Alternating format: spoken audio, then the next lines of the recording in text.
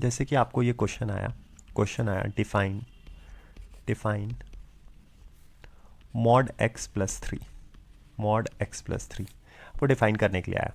ठीक है, तो कैसे डिफाइन करोगे? तो इसका मतलब देखो, समझो ध्यान से।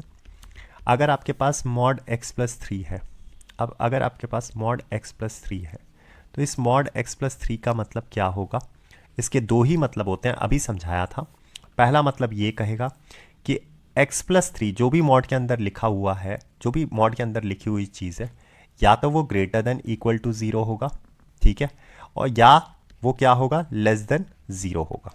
ठीक है, जब भी आपके पास मॉड के अंदर कोई भी चीज़ लिखी हुई आए, आपको उसको बोला जा रहा है कि डिफाइन करने के लिए, तो आप क्या करोगे, जो भी मॉड के अंदर चीज़ लिखी हुई है उसको दिखाओगे, या तो वो ग्रेटर देन ज़ीरो होगा या इक्वल टू ज़ीरो होगा, या वो क्या होगा, लेस देन ज़ीरो होगा, या तो वो पॉजिटिव होगा। ग्रेटर देन इक्वल टू का मतलब क्या है, पॉजिटिव, और लेस देन ज़ीरो का मतलब क्या है, नेगेटिव।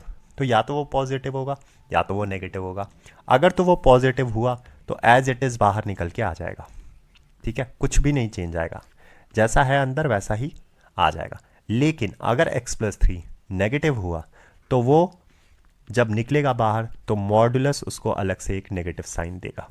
तो देखो, इस वाले कंडीशन में x प्लस थ्री मैंने लेस देन जीरो माना है, मतलब नेगेटिव माना है, तो मॉडुलस अपने आप से एक फंक्शन देगा, एक नेगेटिव फंक्शन देगा, बोलेगा कि ठीक है, तू जो भी अंदर बैठा है मैं तेरे को एक नेगेटिव साइन दूंगा।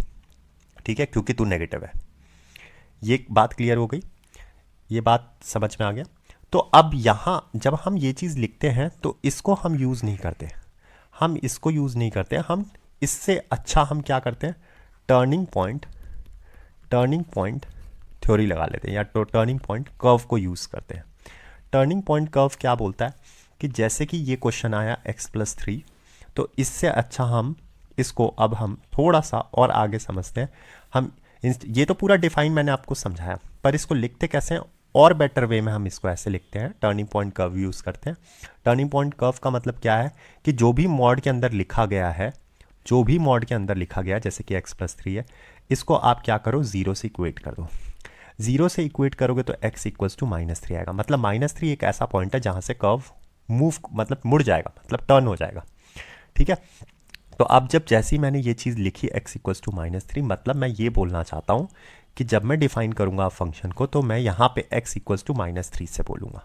मतलब अगर x greater than equal to minus three आया तो फंक्शन कैसा रहेगा, x plus three positive.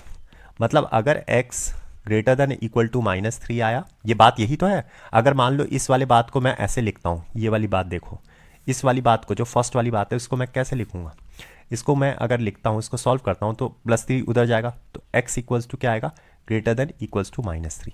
Similarly नीचे वाली बात को अगर मैं लिखना चाहूँ, अगर मैं नीचे वाली बात को लिखूंगा तो क्या लिखूंगा, x is less than minus three. अभी देखो मैं यही लिखूंगा, तो x is less than minus three. अगर x is less than minus three आएगा तो जो भी अंदर मॉड के अंदर लिखा है उसको हम क्या बोलेंगे, हम उसको नेगेटिव साइन मॉडुलस फंक्शन अपने आप से एक दे देगा।